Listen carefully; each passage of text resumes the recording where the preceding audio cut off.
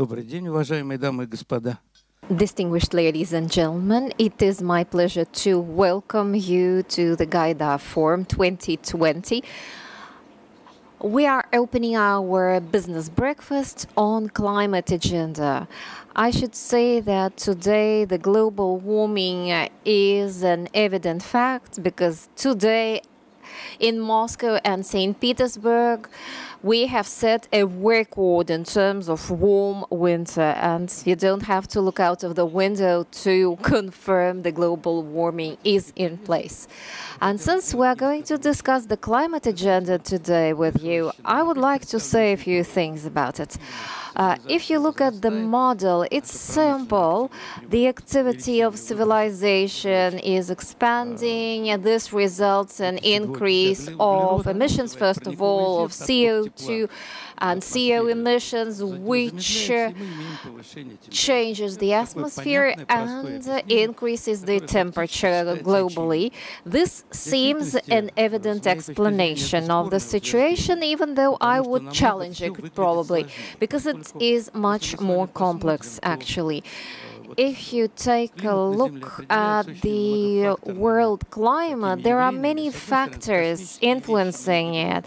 Some are in the outer space, which we are not going to discuss today, but it's evident that in case of ice age or climate warming, all these factors, they are interrelated and even massive. Human influence cannot be compared in terms of impact to spatial causes, tectonic processes in the Earth's core, and other factors that also have to be taken into consideration. That's why saying that global warming is a direct consequence of our activities, human activities, is quite a challengeable explanation. So let's look philosophically back a little bit. Our technosphere it was born sometime in the 18th century. So 250 years ago, we were part of nature. We got up when the sun was rising, we went to bed when the sun was setting down. We used powers of nature, resources we had, water, wind, other things. After that, steam machine was invented, then electricity was invented, and we discovered like this the ways of consuming energy and depletion energy resources. The system was not very viable maybe at the beginning of 20th century, but one of our academicians in early 1930s said that you have to understand that biosphere and the man are part of one complex system, and the interaction between these parts of the system will shape our future planet. But in 1930s, people did not have big activities, but when they increased, this, as the academician foresaw it in 1930s, this will aggravate the situation. So now the production is like a machine of elimination of resources. You produce, you consume, you throw it out, you buy something new. At that time, when it all started, we had enough resources for unforeseeable future, as we thought. Later, we understood that this model was good for India, China, and the majority of countries, and the whole world started implementing this model of production and elimination of resources. But now we cannot talk about sustainable development for one simple reason, because sustainable development means that we have to have a sufficient amount of resources, but we don't have enough of them. And it's not just about energy resources, it's about water, potable water, seeds, and many other things. For instance, China, they only have about 10% of potable water they need for the population. So we have created sort of an economic and technological system which was good and which was meant for a certain part of the world, and then later, using economic and other mechanisms, it was extrapolated to the rest of the world. But now, discussing the climate warming, we are just discussing the symptoms of the disease without talking about the causes of the disease. Actually, please help me. I would like to say the following. Nature has existed for billions of years. It has always been completely self-sufficient. The sun is rising. The green leaves are transforming this energy using the photosynthesis mechanism. And we lived for years and years without undermining the system. In the middle of the 18th century, the steam machine was invented, and in 250 years, mankind has built a system which is in complete antagonism with our nature. Trying to understand the outer world, we were unable to understand the whole of it. That's why we built a very limited and narrow, highly specialized system of science and education. And now we have built a unique civilization, okay, but we are now finally in a standstill, because we have an unsurmountable conflict between our system we built and nature. And we have to understand that if we continue going this way, in this paradigm, considering the current technological system we have, in quite a foreseeable future, we will have a very bloody war, really a bloody war for resources. Tomorrow, or even maybe tonight, this war will start, trust me. First we'll have to fight for potable water, and then it will spread all around. Of course, everyone participating in the war will think that he will win, which will not happen, of course. And if we continue going this way, in a linear way, there is no future. There is another option. We can create a technosphere which will make our technologies compatible with the development of our nature, compatible with the algorithm of our nature development, and science and technologies can be a key in this as well. And finishing my introductory speech, let me say that we will talk about sustainable development, about civilization, but you have to remember that digitization, which we are talking about today, every day, we have to remember that digitization is affordable only to the countries having abundant energy resources, because today 30% of energy is needed only for supporting the structure And this means that a very limited number of countries can fully afford digitization today. A simple example for you of what we did it wrong. In Kurchatov Institute, we have one of the most powerful supercomputers. It is like a furnace converting millions of watts into energy, and everything that we have created in this world, it was created by our brain. Our brain consumes only 10 watts, and in energy peaks of special activity we consume about 30 watts. And it means that globally we have gone the wrong way. Our brain is a much more efficient energy consumer, consuming very little energy, while we have created a huge machine, a huge economy, which actually eliminates this energy, destroys it. And finishing my speech, I would like to say that 5 years ago, speaking in September 2015 at the 70th session of the General Assembly of United Nations, signing the Kyoto Protocol, Mr. Putin said that we fully support Kyoto Protocol, then the Paris Agreement, but he suggested looking at this problem wider.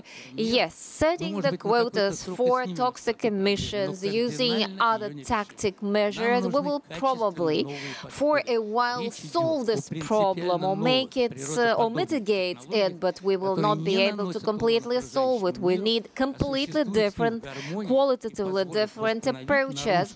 We are going to need to implement a completely different set of technologies, nature-like technologies, which will not harm the environment, but will exist in harmony with the environment, with nature, and will make it possible to restore the balance between man and biosphere, between biosphere and technosphere, which man has destroyed. There was a huge forum. After that was a big forum, James, in Yekaterinburg in July 2019, where we discussed these issues with the emerging markets, and we are planning to make this forum like a scientific Davos meeting in our country, which will be taking place every summer, and will be dedicated to nature-like technologies. And now, finishing my introductory word, I would like to welcome all of you again, wish you bon appetit, of course, and suggest that we have a lively chat. And my first invitation to say a word goes to Denis Khramov, who is Deputy Minister of Natural Resources of Russian Federation. Thank you very much. I would like to thank the distinguished participants of our discussion and wish you bon appetit.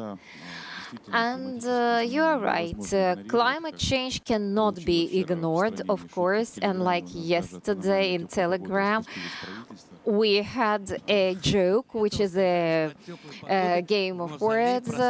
Because of this warm weather, the government has also sort of dissolved, or Lenin has woken up in our mausoleum due to such warmth. But seriously speaking, of course, our climate agenda has been especially important for us over the past 2 years or more, and our colleagues from the Ministry of Economic Development, Mikhail Rastrigin, will tell you about our legislative activities in terms of making new laws on emissions reduction, and we are implementing the May orders of President Putin, setting goals for the coming years, among which is nature protection and ensuring environmental security of the population. And of course, measures to implement this project and to reach the goals set by our president. We developed a set of national projects, federal projects, and the national project on ecology, on environmental protection is the project I am in charge of, and this project is also directly related to our climate agenda. Let me remind to you that the goals of this national project are to make new laws and a set of measures to stimulate transfer to the best available technologies, to rethink and revolutionize our waste management technologies and waste management system. And all this is related to this or that extent to environmental issues. We have already started implementation of the project.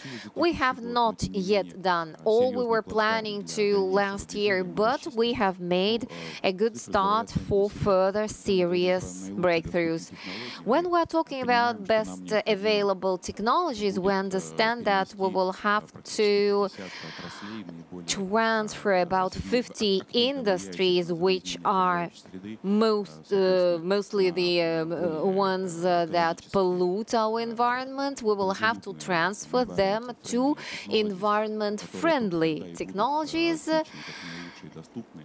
which will be considered as best available, and our state has already provided for mechanisms for such a transition to these new technologies. And the first official mechanism to stimulate transition to a green technology is a special mechanism of compensation of coupon revenue of the bonds that will be issued for the purpose of attracting funds to finance green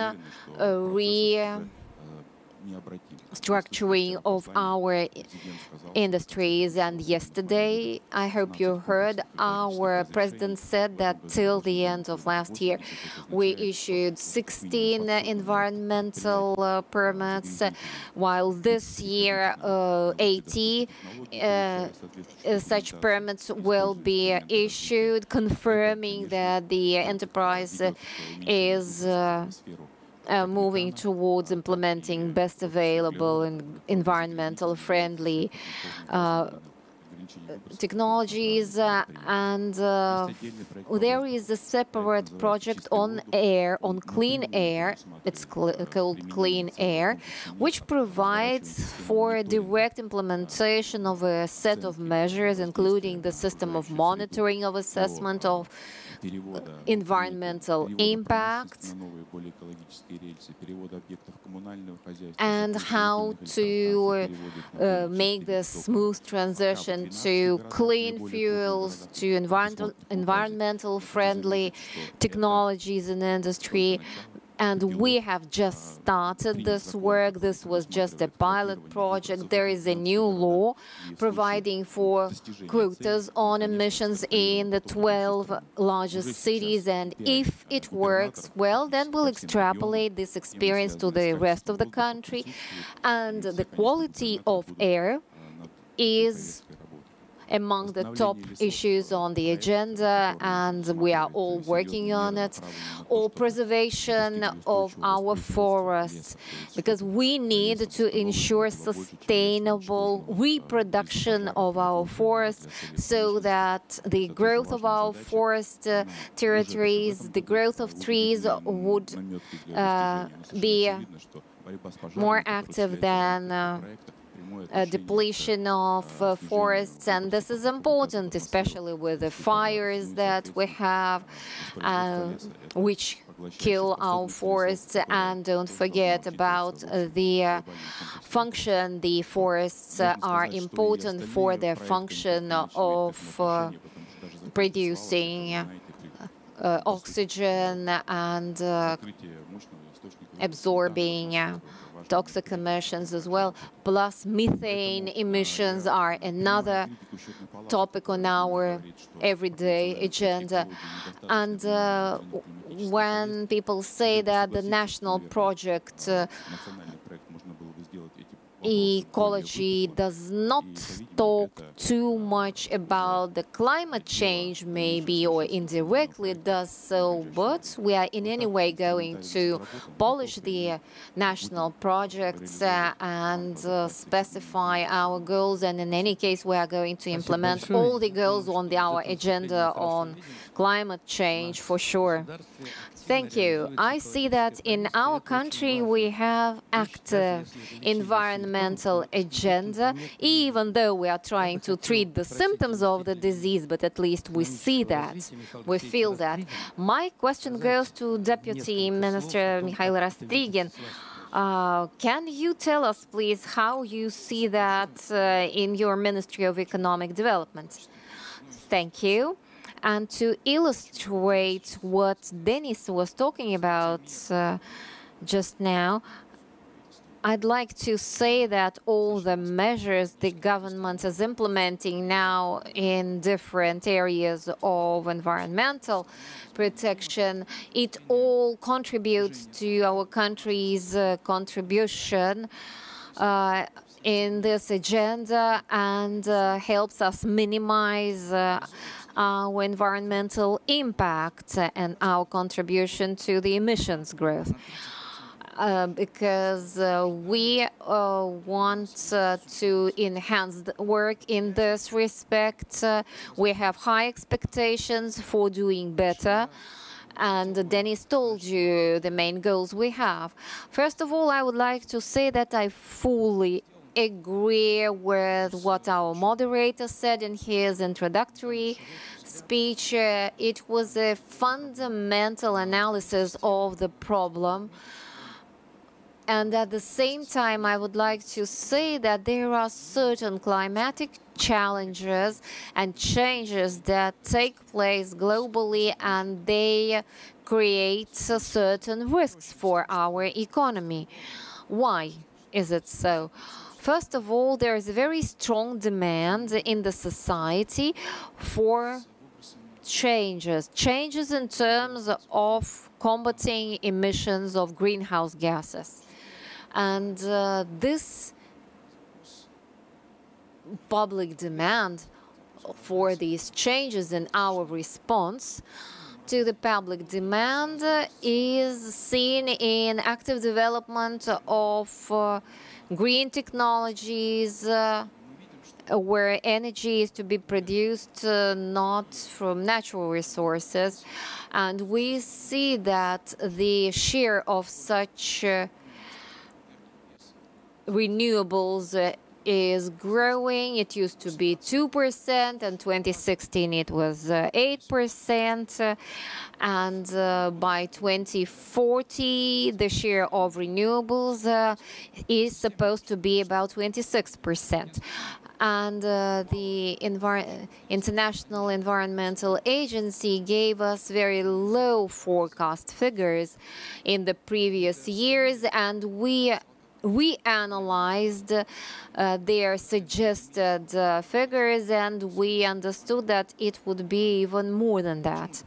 What does that mean? Of course, today, renewable energy resources, they cover only part of demand, because we continue consuming more and more energy, and the demand for energy is going to grow.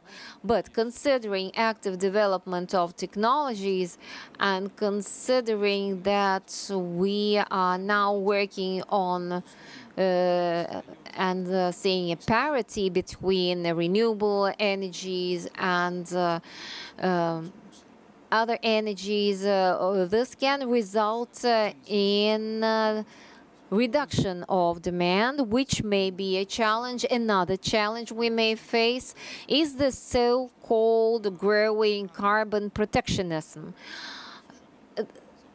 Considering demand for solving the problem of climate change and emissions increase, many countries start calculating the carbon resources consumption in different sectors of economy, and this is about a new element of competition in markets of services and products. And if you produce water, bottled water, the bottle was produced using the energy from renewable sources. It may be, the bottle may be less competitive because you may have to deal with restrictions and emission reductions demand as compared to the bottles that have been produced using energy from green sources of energy. And all this is being discussed everywhere, and we are really concerned about the possible risks. What do we do in the government to mitigate these risks, to eliminate them? First of all, our government has ratified the Paris Agreement last year. We participate in the negotiations process and the dialogue on different platforms worldwide. We are trying to defend the interests of our country, of our national economy. We have also adopted a plan of adaptation to the climate change processes. This was driven by the changes because we see the number of natural cataclysms, their number is growing. Last year, for instance, you remember waves of abnormal heat, abnormal weather. All this harms our infrastructure, and many other things suffer from this, and we have to be ready for these consequences and these new changes, and we have to be ready to mitigate these consequences. We have to look ahead. We have to try to prevent them, because it will be much cheaper to be proactive in this case than to be reactive. Being reactive will cost us much more. Plus, talking about management of greenhouse gas emissions, if necessary, we will try to be quite flexible about greenhouse gas control. And finally, I'd like to say that climate changes, they have negative risks, but also positive risks. I mean that this drives us to go further to the Arctic lands, to develop these lands, the North Marine route and other things, and this is also a consequence, a positive consequence of the current climate changes. Thank you. I see the representatives of our economic bloc of our government, which resigned yesterday. I see that they are working hard on development of a huge set of various measures and laws to face the climate change challenge. Let me give you a very simple example. Wind energy. The share of renewable energy is a very small one, and it is fully subsidized. If you take the wind energy, you need a lot of windmills to produce enough energy. In Denmark, in Sweden, how it happens, you have masses of air which came from Atlantic Ocean, from the seas to the Europe, and this is how it shaped the weather and climate. Now, with the wind farms, this energy of wind is practically stopped. The winds are stopped on the shores where there are lots of windmills, lots of wind stations, and this is how it happens. The winds don't go further into the continent. I can also talk about the solar energy use. For instance, today, there is a huge problem to utilize these big towers. It's very costly and it's very difficult. But we have to continue. We have a Nobel Prize winner here who knows very well these things, and I would like to give the floor to Raimond Chu. Good morning. Good morning. Thank you very much for the invitation, and it is my special honor. And regarding the climate change issues, I have been attending the negotiation of the climate convention since '91, and also joined the activity of IPCC, and that was the reason that I was become a serious expert on the climate change issues for a long time. And today I just want to talk about, I don't want to talk about how climate crisis is serious. I think everybody already knows about it. And then I just want to say how we should look at this climate challenge. Whether should we look at it as a cost and burden on our economy and industry, or are we going to look at it as an investment opportunity for new industrial competitiveness in the future?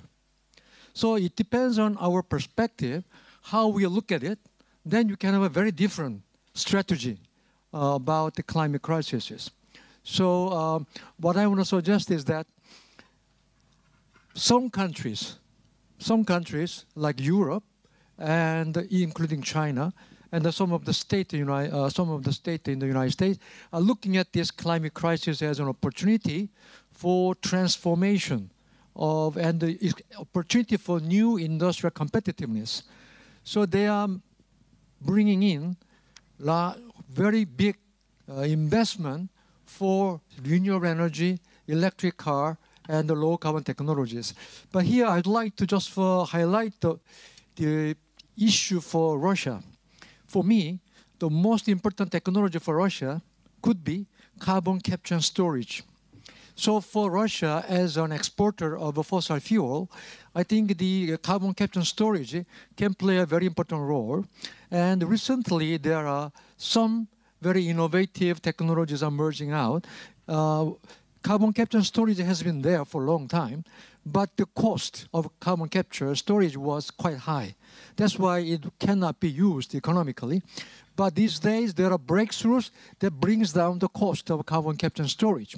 If this technology can be really commercially feasible, then I think we can solve much of the problem of reconciling fossil fuel with the climate change issues. And then another point I'd like to just emphasize is that I have been pushing for the concept of green growth idea, green economic growth, since 2005. I have been involved in climate negotiations for a long time. And I've been very much actually suffered and frankly speaking fed up, or frustrated about the deadlock, about the confrontations between the countries about minimizing their share of their contribution for climate issues. But this is why I was trying to present the concept that climate can be a kind of a driver of new economic growth and job creation opportunity, unless we change our perception that climate change is an opportunity. Otherwise, I think it's very difficult to solve the problem. So I have been working on this concept since 2005. If you can simply Google low carbon green growth roadmap, I published a publication in 2012. I've compiled policy options and approaches and many of the best practices around the country. I have compiled more than 500 pages. It has been still updated.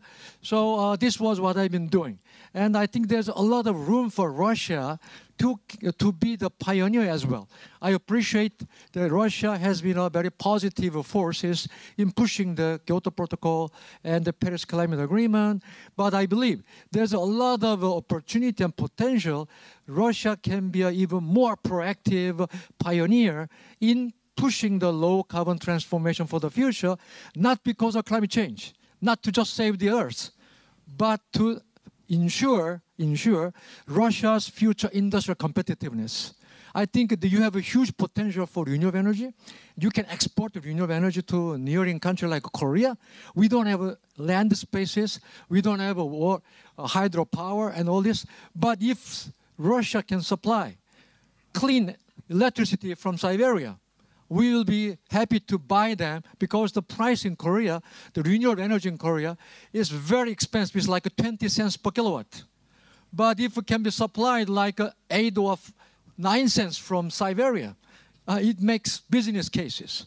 So there's a lot of potential for Russia can be an exporter and a proactive pioneer of low carbon transformation. So I hope Russia can grasp this kind of a new opportunity, changing the perspective of looking at the climate change crisis. Thank you very much. Спасибо большое за ваше выступление. Я бы хотел сказать, что, знаете, Россия... Thank you very much for what you said. Thank you for seeing such big opportunities in our country. I also think Russia is a great energy power, superpower, and we are absolutely self-sufficient in many respects in high technologies. We have all types of energy, carbohydrates,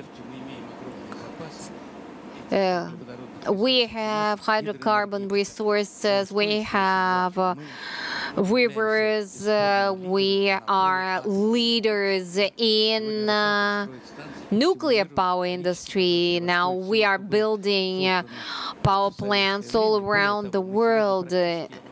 And even much more than in previous years, we are active building power plants, and we have a full cycle.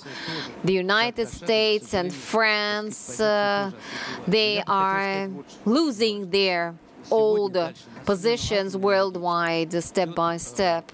And today, nuclear energy, atomic energy is now being step by step sort of caught up with nuclear energy, like there is a new reactor in Nice in France being built, while we are now building a nuclear reactor which will be combining thermonuclear and nuclear power, which will make it possible to produce thermonuclear synthesis, which means that there are industries in Russia where Russia has practically no competitors or has very high competitive advantages. And I fully agree with what you said just now, because apart from the fact that we are nearly leaders in high technologies in terms of energy production, we have the whole variety of energy resources available. We can use timber industry waste to produce energy, or we can use in the Far East, for instance, thermal water springs like in Iceland. In the Arctic Ocean, we can use the wind energy, and we have regions where there is the biggest number of solar days, of sunny days, which we also have to take advantage of, and locally in different parts we have all these advantages available. And the nuclear energy today, in case it is safe and secure, it is a completely environment-friendly energy because it does not emit CO2 and it does not consume, absorb oxygen, and if we make it safe and secure, then it is absolutely green. And now I would like to give the floor to the Prime Minister of St. Vincent and Grenadines, Ralph Goldsalves. The floor goes to you. Thank you very much, Your Excellencies. I'm grateful for the invitation. I want to speak on this issue of climate change from the perspective of a small island developing country. I begin first by saying that we accept the science on climate change, and we were an early signatory to the Paris Accord. As you're aware, a country like ours contributes very little to deleterious climate change, and yet we are on the front line. Our seacoast is eroding. Our riverbanks are eroded. Our forests are degrading. The land itself is suffering degradation. The combination of all these matters makes development, sustainable development, challenging, problematic. We have to carve out, within the framework of the 17 Sustainable Development Goals, which were addressed yesterday, a particular position in relation to countries which contribute heavily towards climate change. And in this regard, we have to identify a concept and develop on it and find practical measures, what I call small island exceptionalism. This is not something which is discretionary, where large emitters simply look at it as special and differential treatment for small islands in a very discretionary sense. But we have to carve out an exceptional space in international juridical norms for us to ensure that there are compensatory mechanisms for the damage and loss which we suffer on an ongoing basis. Now, at the same time, while the damage and loss continue, we have to be doing a number of matters, taking a number of measures to assist and to show the international community that we indeed are serious in grappling with this problem. There's been some discussion thus far on renewable energy. 20% of our energy demand is supplied by hydroelectricity. We are currently involved with a company from Iceland in the geothermal exploration.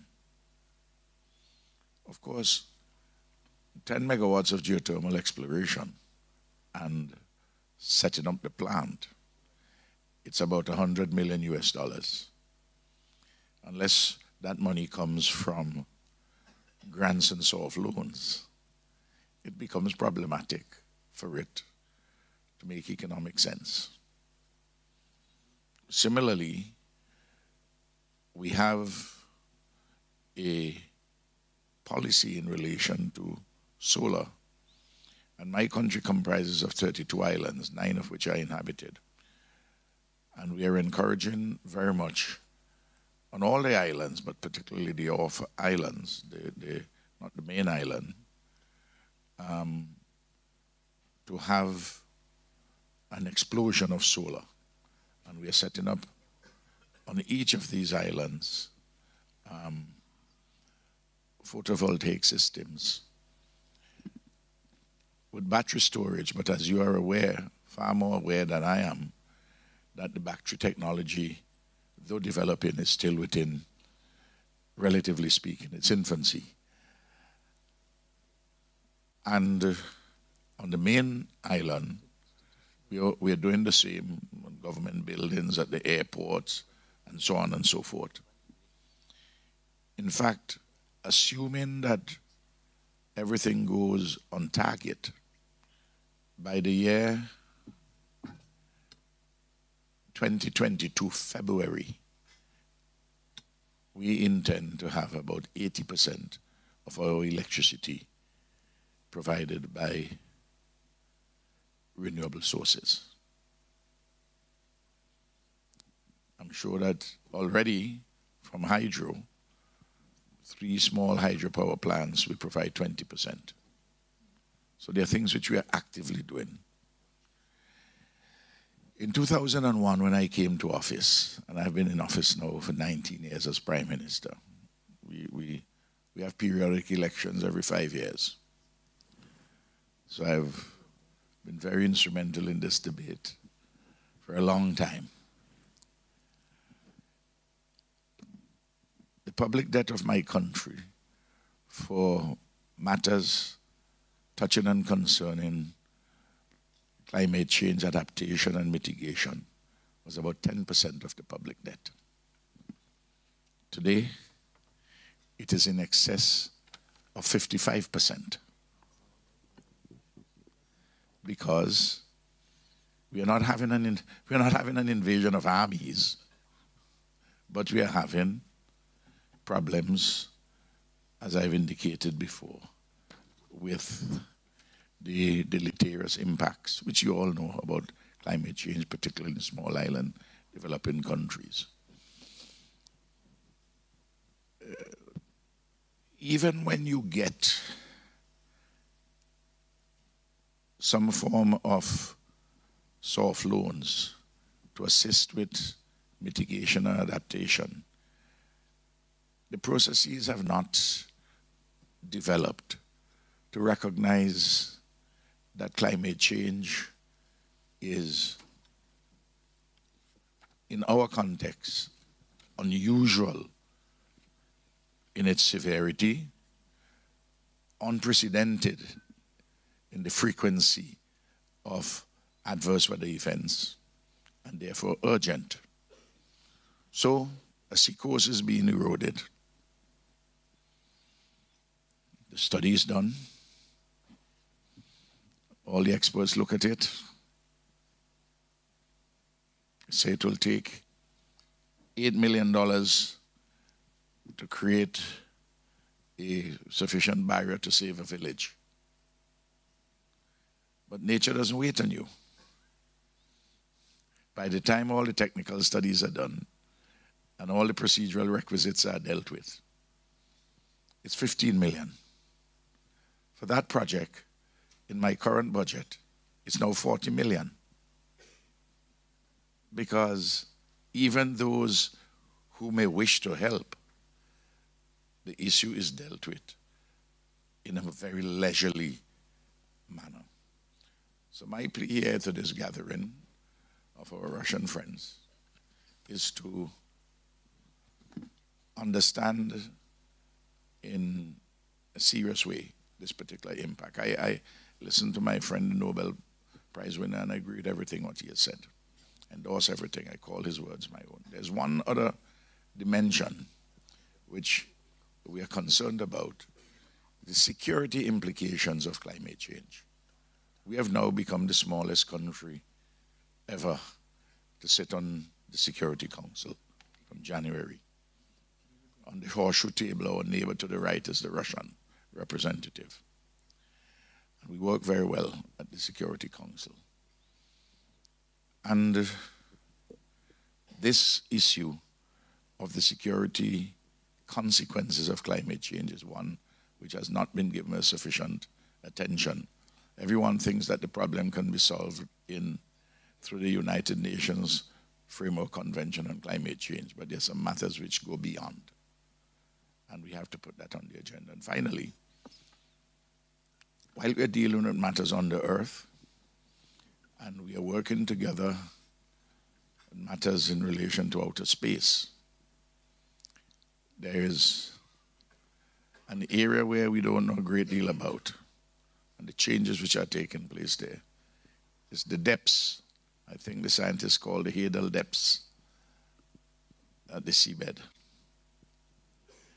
And we need to know more about that, and that knowledge needs to be shared with humanity, and the exploitation be done in a manner consistent with multilateral conversations and multilateral international law, and not by any one power which is seeking a quest for hegemony in a unilateralist way. Thank you very much. Спасибо большое. Вы знаете, вот этот пример, тем более вы помянули Исландию. Thank you. You know, you mentioned Iceland.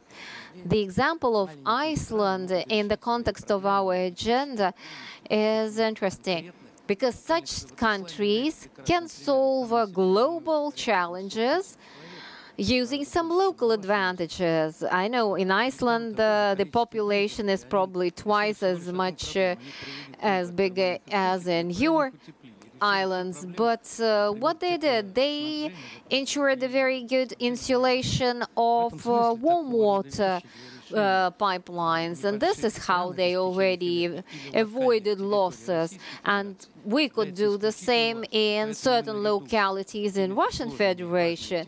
So apart from the complex energy resources, we develop a whole set of energy technologies to provide for energy security and energy self-sufficiency of our regions.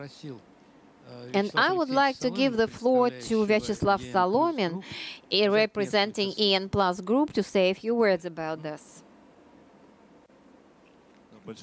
Thank you very much.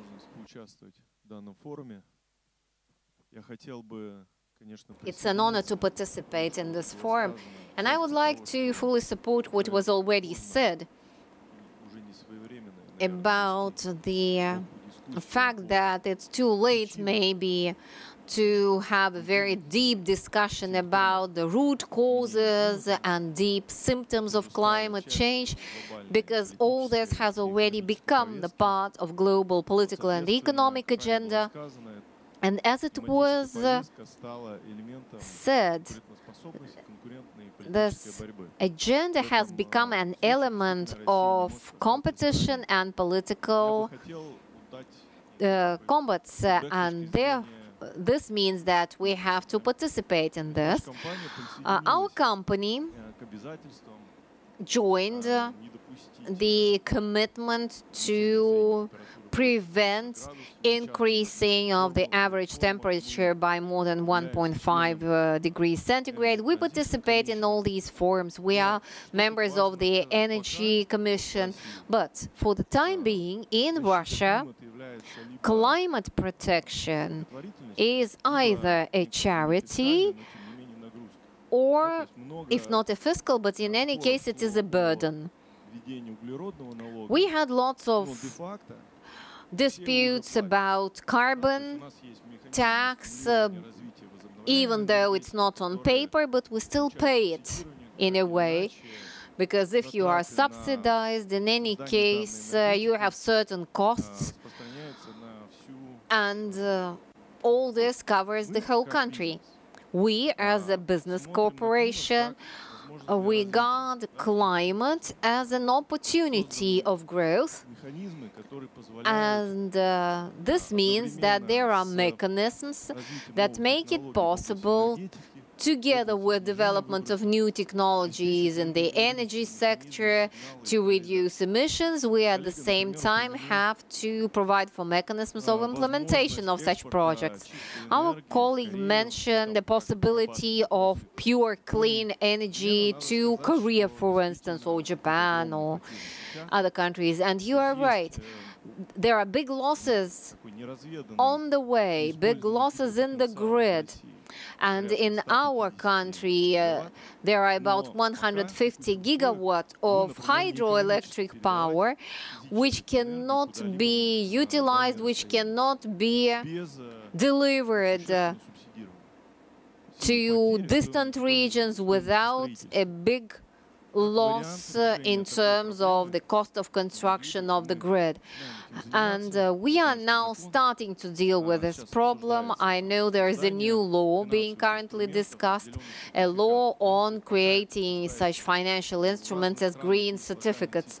In different countries, there are certain local systems, but we are currently looking at the opportunity for Russia and Russian enterprises to participate in trading in selling these green certificates to other markets like China, Asian markets, where physical energy delivery is economically non-viable, but we can use these certificates. And this can help us reduce the burden of climate change on our economy. And we know that there is a demand for such papers, for such bonds, like green bonds that we have already been working on. And we have targets to reduce emissions, like everyone has. So all these market mechanisms can actually be deeper developed and used.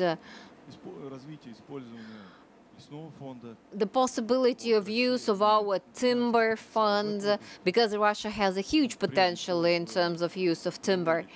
First of all, in terms of recategorizing the forests so that this could be considered as a reduction of emissions. We are also involved in this process. We currently have a forest which helps us to show what we do, because it's important not to harm our economic development.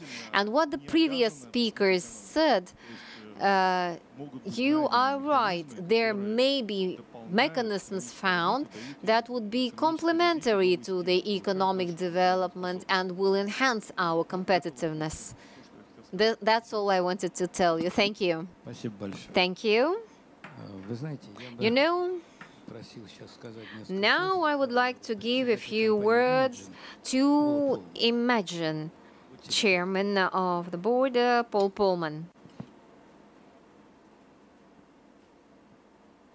Thank you for the opportunity, Mr. Chairman. And actually, I'm encouraged by the discussions, not only because of the wonderful people you've invited, but actually of the level of discussion. I go back a few years, and having been in this same room 4 or 5 years ago, I don't think we would have been able to have these discussions. And it is to the credit to you and the Russian Federation actually to pick up this issue and actually discover it. And it's not surprising, and you're not discovering it a day too soon, because your country is 2.5 times more vulnerable to climate change than any other place in the world. I'm also glad to see that the debate is not about do we have climate change or not, at a time that 1 million species are disappearing, that the costs have exceeded 1 trillion just in natural disasters.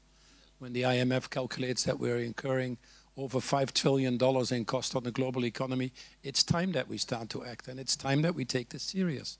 And frankly, the citizens of this world are asking for it. We're at a point now very clearly that we're holding back the development of, or the implementation of all the Sustainable Development Goals because we're irresponsible in acting on climate change. And I don't want to be part of that. And increasingly the business community, which I represent for most of the activities I do, don't want to be part of that as well. People are also understanding that 50% of these carbon emissions are done by the richest 10% of the population, making life miserable for the poorer.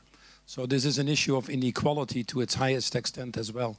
And any country that drives inequality up, which seems to be now a global sport, also in this country, but in all other countries of the world, is actually undermining its democracy, is undermining the future of mankind. So climate change is an issue that is much more profound than the cost of solar or the cost of wind or thermal versus fossil fuel. And we need to rise up to this challenge. This is a moment in the world that I believe that the adults are starting to behave like children. And I was in the COP25 in Madrid, which was a sad spectacle to see the negotiators there. But we have adults behaving like children, and increasingly, I have to say, children trying to behave like adults. And we would be very smart to start listening to them. The reason that this is starting to move much faster than anybody thinks, because the movement is happening and all around us, is because we're increasingly able to measure the costs of it. We're increasingly able to have the technologies available to deal with some of these obstacles in our minds that are not there anymore. And increasingly, as you say, people are aware of these enormous opportunities. That's why business is jumping on it at 100 miles an hour. We're now in a situation globally that the business community, I think at large, and there are always a few exceptions, I take that with the many businesses. I represent one of my part-time jobs is the chairman of all the international chambers of commerce, and that's 48 million companies. And obviously you can pick out any one you want to make a point. But broadly, people are starting to move, and broadly the business community sees this enormous economic opportunity here and is feeling increasingly in basically most countries of the world, with a few exceptions, that they're being held back now by governments. And increasingly you'll hear the business community speak out. And it's not surprising, because they have the costs in their business models that they incur every day, that probably others have a little bit of a lag effect. And they have an enormous demand from the demand side, from the private, from the public at large. You know, this is a moment where more people are in the streets voicing their disconcern than at any time in human history, where purchase decisions are now made based on the responsibility that these companies take. And then obviously the technology available. In Unilever, which I represented for 10 years as CEO, we have completely greened our energy. And in the, well before 2030, which was our goal. And I have not, or at least I don't recall having ever taken a decision that had a payout of more than 3 years. You know, why do we take decisions with payouts of 5 or 10 years when we build factories, or 25 years when we invest in people? Why do we have this debate when we're really talking about the future of mankind? It's boggling to me, to be honest. Even in Russia, we were the first company to get green energy in all of our operations. And we don't pay that much more. A very small cost that is way and way offset by all the other benefits that we see in our business model and in our motivation of our people and in a responsibility that we have in assuming some of these externalities that you are talking about, that society is bearing, that frankly we are equally responsible for. We started a commission, to your point, the New Climate Economy Commission. I'm a co-chair of that. Nick Stern is in there, Felipe Calderon, and Gorsi, the former finance minister of Nigeria, and many others. And we simply looked at the growth opportunity. And indeed, we have to change our paradigm, that it's not a matter of trade-off anymore between economic growth and climate mitigation. The reality is if we don't do climate mitigation, we don't have economic growth. And that is increasingly understood by the different political establishments around the world. The New Climate Economy work saw an opportunity by mitigating of about $26 trillion. Not only $26 trillion, also 65 million job creations. In the United States right now, we have all the job growth in green energy. We have already 3 times more jobs in green energy, and frankly, they're better paying jobs. Repairing the windmills is better than digging coal. So this is a thing that is happening, and we better wake up to that. The countries that are doing best are the countries that take this seriously in terms of carbon pricing or cap and trade systems. Even China is moving to that now. We now have 22% of the world on cap and trade, and the numbers are going up. In the US, that is California, for example, and they're doing very well. We have to accelerate the sustainable investments in infrastructure. Most of the investments that we're making, about 90 trillion in the 15 years, is in infrastructure. The Belt and Road is obviously an important part of it, but it's happening in Russia and other things as well. And that's a commitment that is fixed, that is hard to change once you've made it. So doing that with a sustainable angle, I think would be very wise to think about that. And then stimulating the private sector to drive innovations, which was mentioned. We're seeing an enormous innovation curve in anything, in solar, in wind, which is now cheaper in about 70% of the countries. We're seeing actually hydro coming in, or many of the other things that become quite attractive very quickly now. And the governments would be wise to actually stimulate that. In most of the countries in the world, we still find perverse subsidies around fossil fuel, and I would argue some of that is happening in this country as well. And if we would really make our economic systems work a little bit better to where the future is, we would be able to accelerate these transitions a little bit faster. And then finally, where we see the objections is because we don't take care of our people. You know, if you work your whole life in a coal mine and you've provided great energy to give us this wonderful life that we have, and all of a sudden the coal mine is closed, then the minimum decency we should have is give these people training and development to find alternative jobs. Any time that industries change, which has happened all over the history of mankind, we just need to be careful that we do just transition. So as we talk about decarbonizing our global economy, which is a must, we also have to think about the people that are left behind and take care of them. We've issued 3 reports that you can read and get online. One is on food and land use, where there's an opportunity with an investment for every dollar invested, a $15 return in terms of redesigning, I would call it, our food and land use system. We've done it on resilient cities, where there's an opportunity of $25 trillion. And we've done it also on the mitigation, where now investing in mitigation is actually a very attractive economic proposition. So business understands that. Business understands that it is at the base of the Sustainable Development Goals. And business also understands increasingly that they need the help of governments to accelerate. The direction is clear, but we're failing drastically on the speed and scale. And that is where my plea is. And hopefully Russia has an opportunity, I think, with all the other challenges, because these things are directly linked to the geopolitical stress that you have in the world as well, to take on a very responsible position here. And actually, by doing so, also hopefully solve some of the other challenges that come with it. So thank you very much. I appreciate it. Thank you so much. Let me give the floor to our next speaker. Wojciech Rowiński, General Director of Scania for Russia. Chairman, I'm pleased to be invited here, and it's less and less new things that you can say after all the speeches we have heard here. But being very hands-on, I would say that I would like to raise the issue of perceptions and beliefs. And I believe that 2 things, if we will be able to mitigate or kill, will very much support the business here in Russia. First one is that all those environmental friendly technologies are the song of the future.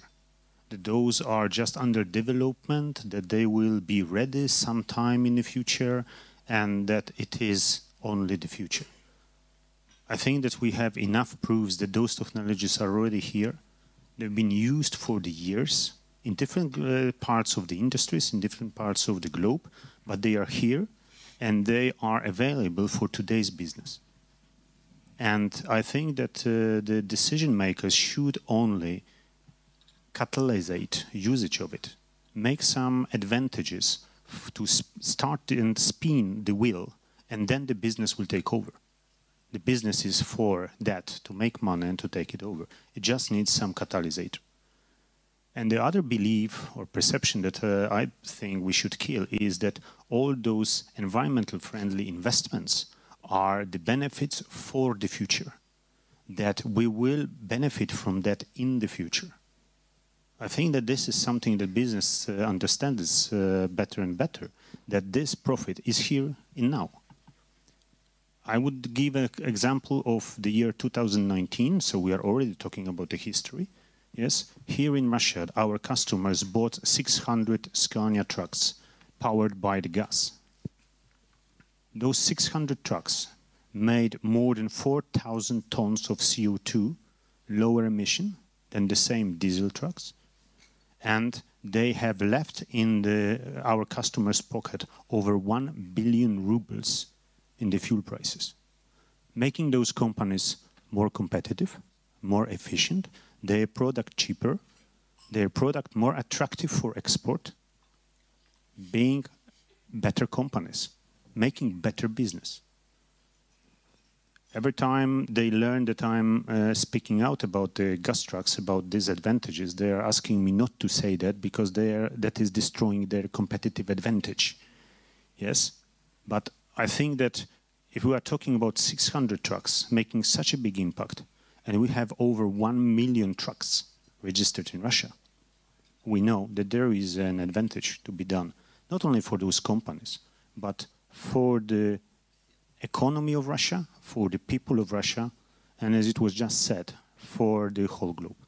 Thank you very much. Спасибо большое. Thank you. Thank you. We are asking representatives of major corporations to say a word, and I would like to give the floor to Alexander Ruzhevich, CEO of Coca-Cola in Russia. Can you continue this discussion? Good morning on behalf of the Coca-Cola system in Russia, and thank you for your kind invitation. I would like to say a few things which you might not expect from the representative of the global international system like Coca-Cola is.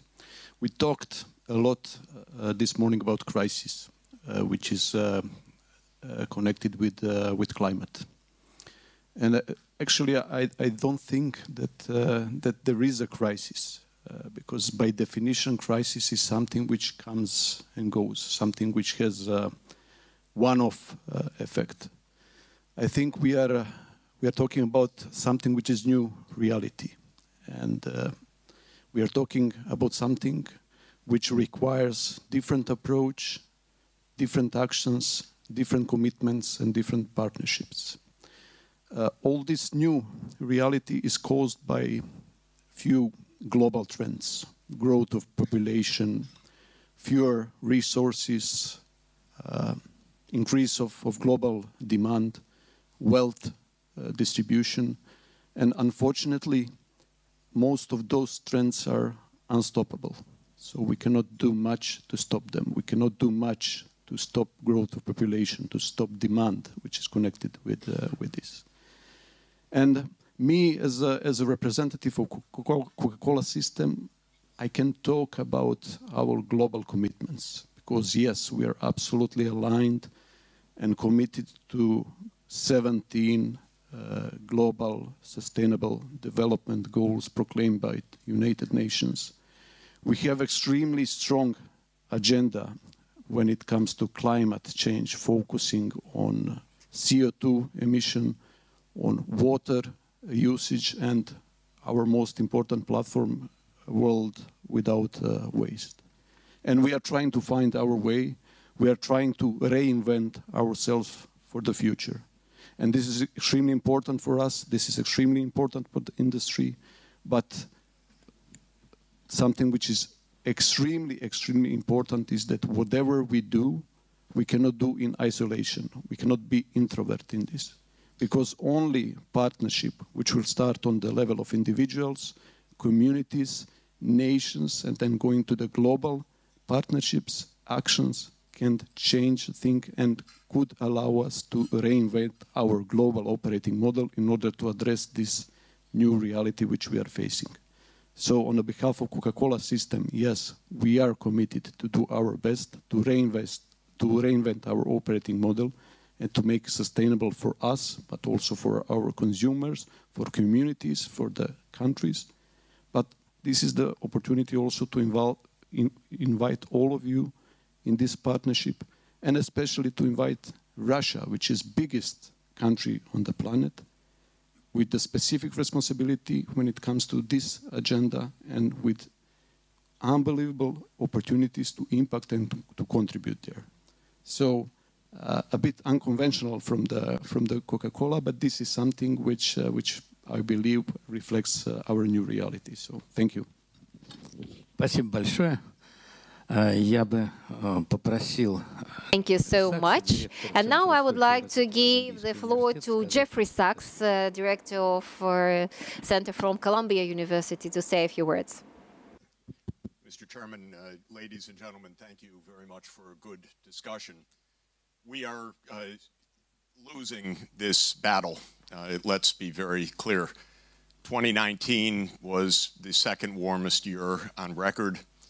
We're 1.2 degrees Celsius warmer than the pre-industrial level.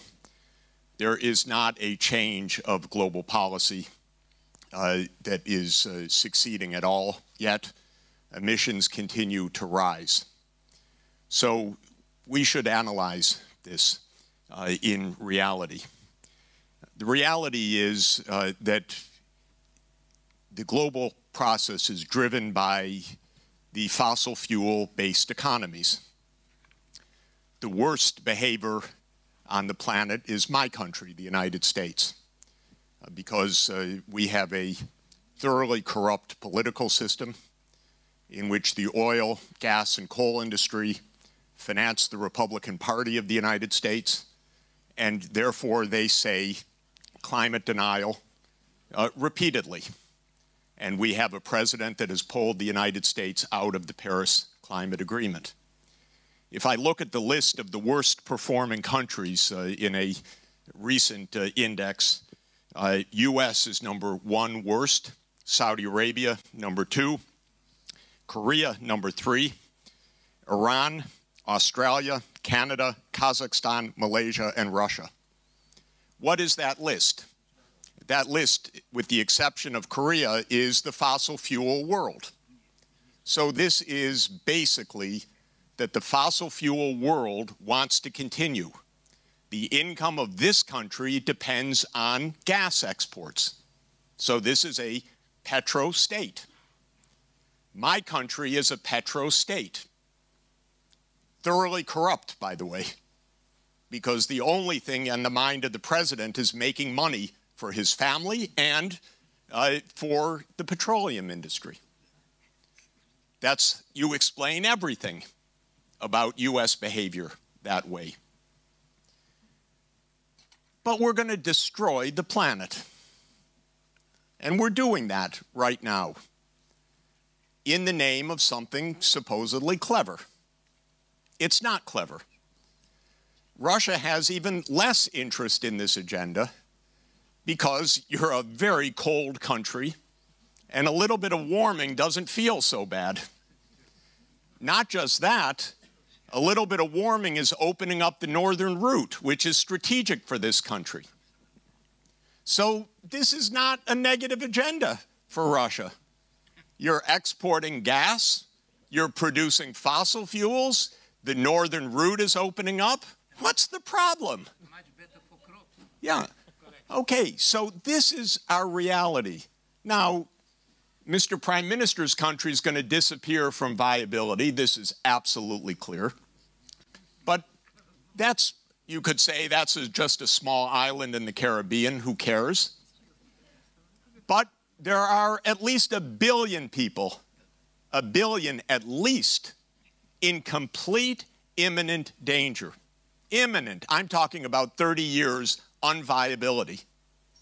India reaches 50 degrees C right now. You can't even live at 50 degrees C. People are dropping dead every Indian summer now in the Central Plateau. The water crisis is extreme. So the truth is we're playing geopolitics when the world's going to hell.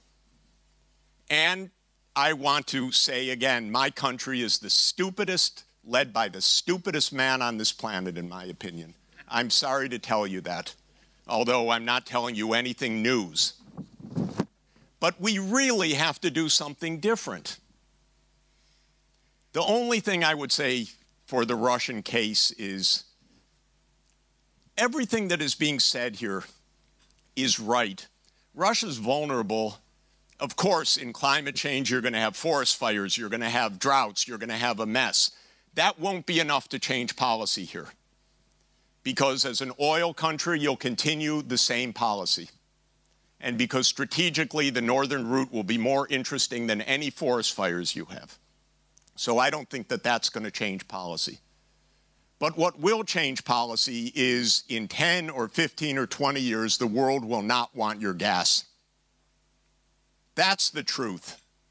Because we're going to go to hell if we keep doing this. And I do want to say to Scania, please don't say how much you saved by moving from diesel to gas. When you get to electric, and it's electric on a grid, then please say you're making progress, because otherwise we're telling lies to each other. Gas is clean compared to coal or diesel. It will ruin the world. No prize, in my opinion, for Scania saying that. None. Scania is doing great work on electrifying vehicles in Europe, putting catenary lines in Europe. Tell that to the Russian colleagues, not the gas-fired fleet that you're selling them, but put up catenary lines over their highways. This is a perfect country to do this. This country's all large freight. You ship it for 1,000 kilometers. So just put up an electric line above. And the one beauty of Russia in this regard is, like the United States, you got everything. You got coal, you've got gas, you've got oil, but you also have hydro, you have wind, you have geothermal, you have biomass. This country's got everything. This is the richest natural resource country in the world.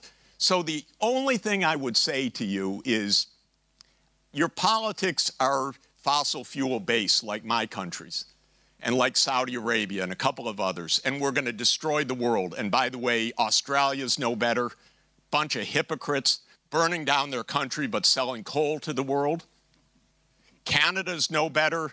Nice prime minister, but all he wants to do is sell fossil fuels to the world. So it's all hypocrisy everywhere. But the world's going to wake up because we're dying. And so in 5 years or 10 years, all those wonderful Nord Stream and the pipelines, it's going to be worthless because Europe doesn't want that. And so that's what I would ask you to pay attention to. Think 20 years ahead. This is a good strategic country. This is the chess-playing country of the world. Think ahead, because you're going to need something different, because we're going to die if we don't stop Trump and others from doing what they're doing. And so the world's going to have to get different soon. Thank you. Okay. You know, I would like to, after such a brilliant speech, I would make a small comment. You know, when we talk about electricity, we forget about the fact that if we rub our hands, then all the Scania trucks will be operational. But if we take all automobiles around the world and we make them electric, we will have to triple power generation, which means that we'll have to build 3 times more power plants. Not solar, not wind plants. We'll have to burn coal because we won't have enough gas and oil. So electromobile is just a marketing trick to sell the same thing, but also get a subsidy for it, for presumably green solution. So we have to remember that all that we discuss here, you know, it's like popular cheating. It's like these guys who cheat you, hiding a coin or something under one of 3 cups, and you don't know under which it is. So we are doing the same thing, saying we do it here like this, here like that, and everything will be okay. But you have to understand understand that. When an old lady puts on a lot of makeup to look younger, but it will not prevent her from getting older, and it will not really solve the problem. So what we are doing here is approximately the same thing. Like in Moscow, for instance, if we switch to electromobiles, oh yes, it will improve the environment in Moscow. We'll have fewer emissions and cleaner air. But to fuel these electric automobiles here in Moscow, you have to build a power plant somewhere out of Moscow. So out of Moscow, where we build a power plant, life and environment will not become better. On the other, just the opposite. So Henry Ford, who invented Ford, a belt line, became a technology which gave a job to millions of illiterate people having no big education, because a beltline production meant a lot of people having no special education and skills could have a job doing a little part of the whole process. But now this beltline production, beltline in automotive industry, for instance, this is killing the whole production. In our country, we had 15 million drivers in the Soviet times, while tomorrow we will have no drivers.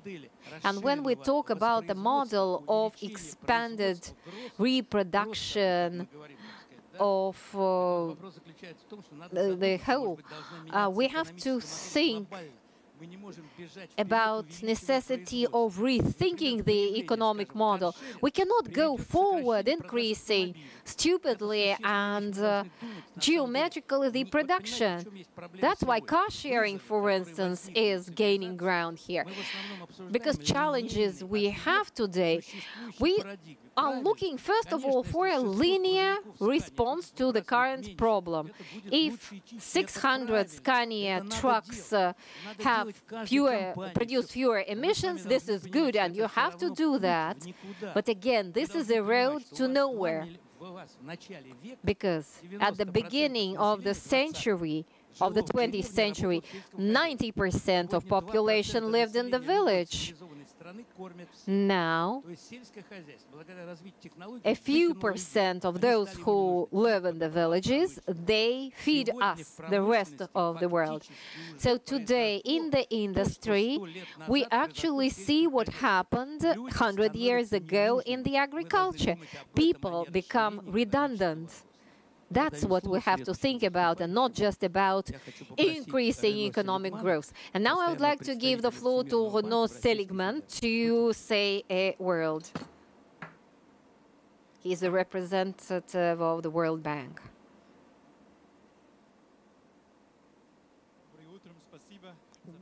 Good morning. Thank you very much for the invitation.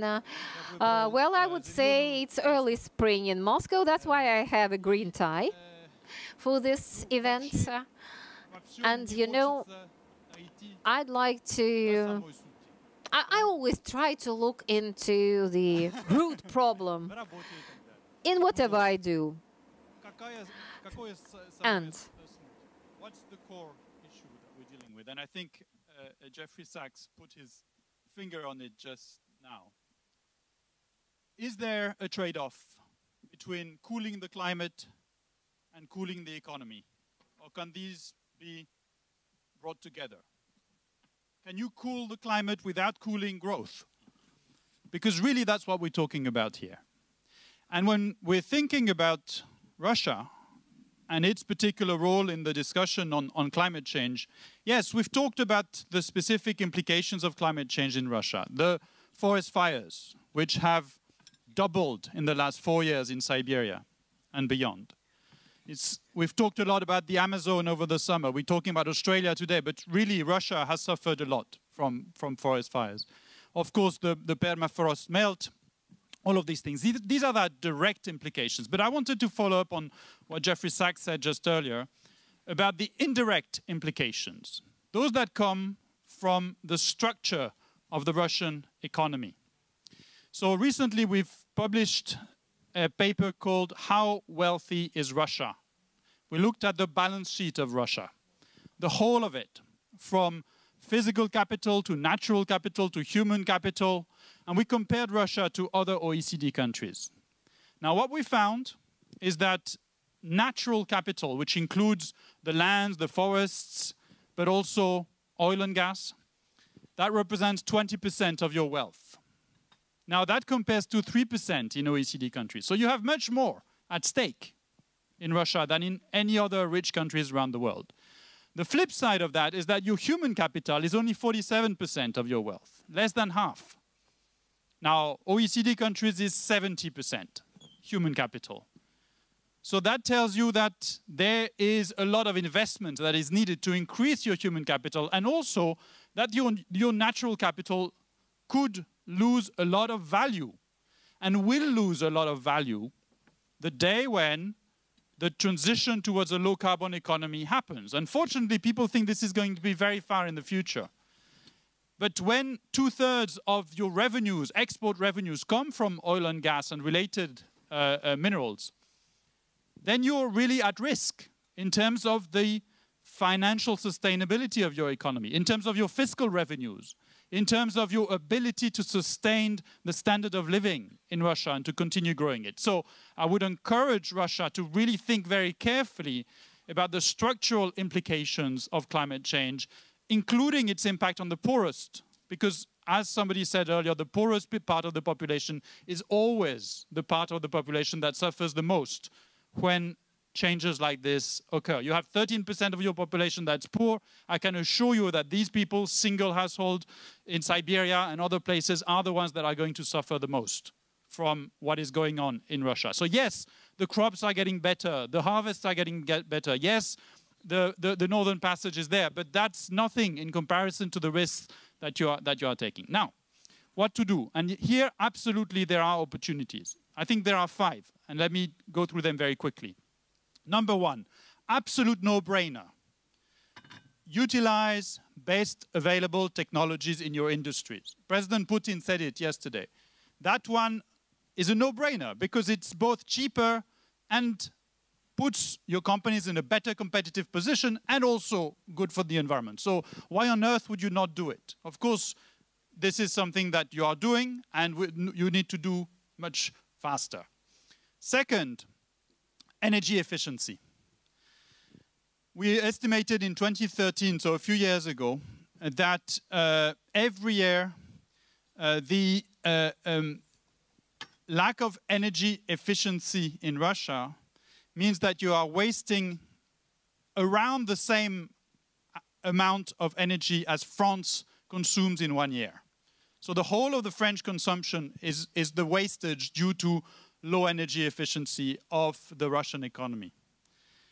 That gives you an idea that, again, there's a lot that can be done. And you know what to do there. But it's about changing the incentives so that not just households, but also the private sector has incentives to increase energy efficiency. Again, it improves their competitive position at the same time as being good for the environment. Why on earth not to do it? You're doing it, but again, it can be done faster, and we're very happy to be working with you on that.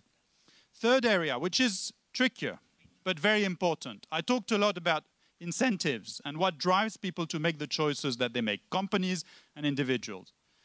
Taxes and the structure of taxation and the pricing of carbon externalities. This is an area that is tricky because, of course, anytime you increase taxes, there can be some social repercussions. So you need to be very careful about how you're protecting the poorest. You need to be very careful about the communication around this. But President Putin said it yesterday. There's a demand for change in society.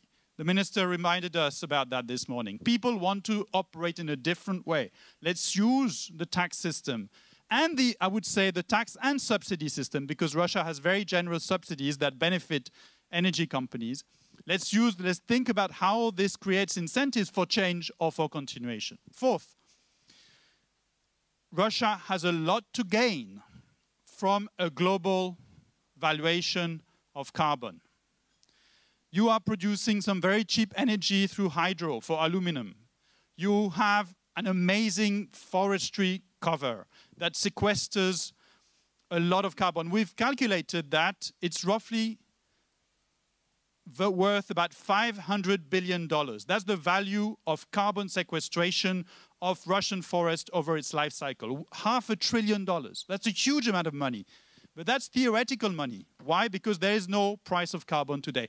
If Russia were more active in the global conversation about carbon taxing and carbon pricing, I think that you could derive a huge amount of value in reducing the gap between the financial value of your forestry and the social value.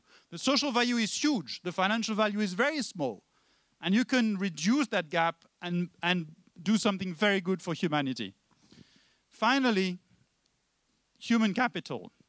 Since the value of your natural capital is going to reduce over time with the reduction in the value of carbon, you need to invest very urgently in increasing the value of your human capital. That's essential. It's about the translating what is the non-renewable resource, which is the fossil fuels, into a renewable resource, which is your women and your men, and the ability to take them, to take advantage of digital technologies and what the 21st century has to bring to the table. Thank you very much.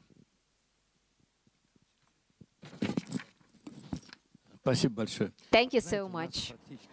You know, we are out of time. Yes, we are out of time. So let me give the floor to 2 or 3 of you. Just 1 or 2 minutes for you.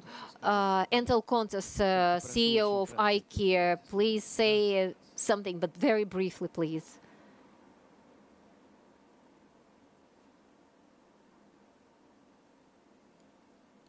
Thank you very much, and thank you for inviting us to this important question. Probably the most important questions that we have as humanity and society and as a company going forward. And I think, as you have put the question, what is going to change everything? I think it's a very broad question that takes time to elaborate on, because it's of course not a single easy answer to that one. But I think it's clear that we need to act right now, everyone agrees upon. And I think it's a joint effort from everyone in society. It is about the government supporting with legislation when it comes to incentive and when it comes to infrastructure.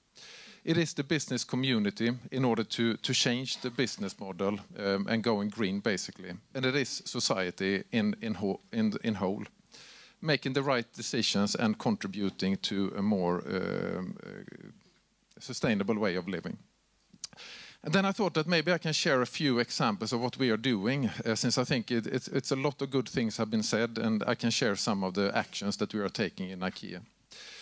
We are working with the People and Planet Positive strategy, which is a strategy that goes into really changing the whole business model. It's not about greenwashing, it's about fundamentally changing the business model that we're working in. It consists of 3 things. It's about supporting a healthier and more sustainable living among society.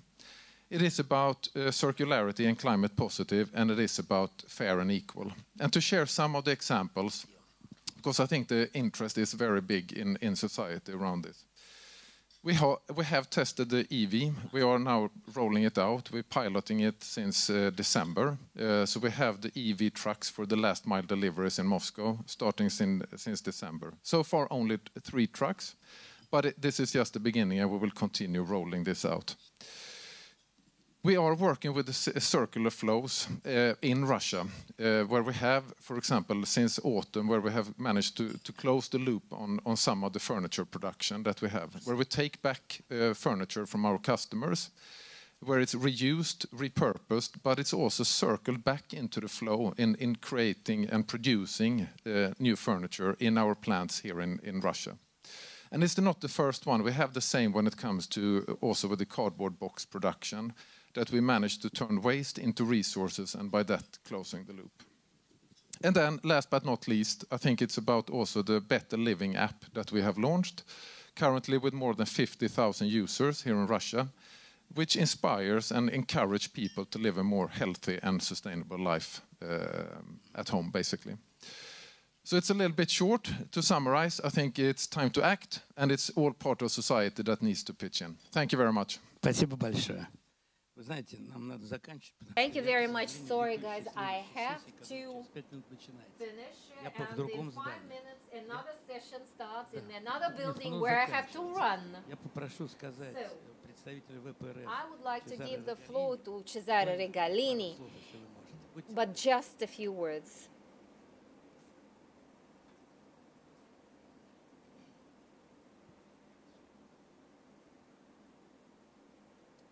Thank you very much,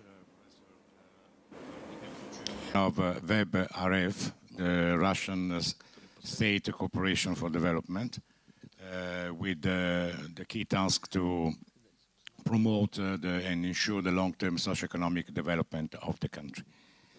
It's always difficult to take the floor after Professor Sachs, whose brilliant capability to show and indicate the problems I appreciated since 10 years ago when I was Italian permanent representative to the United Nations in New York.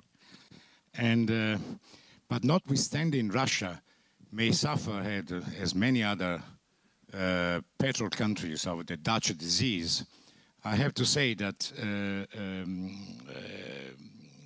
WEB is very much involved in the supporting the 12 national projects set up by the President of the Federation in 2018, and which, by the way, largely correspond to United Nations Sustainable Development Goals 2030.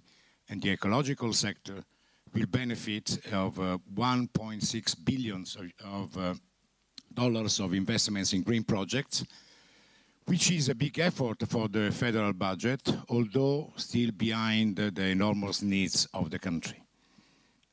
Over the years, WEB have been concentrated, and it is concentrating and will be concentrated for the future in many projects in many sectors as sustainable urban development programs, energy generation, waste utilization, public transportation as metro and railways.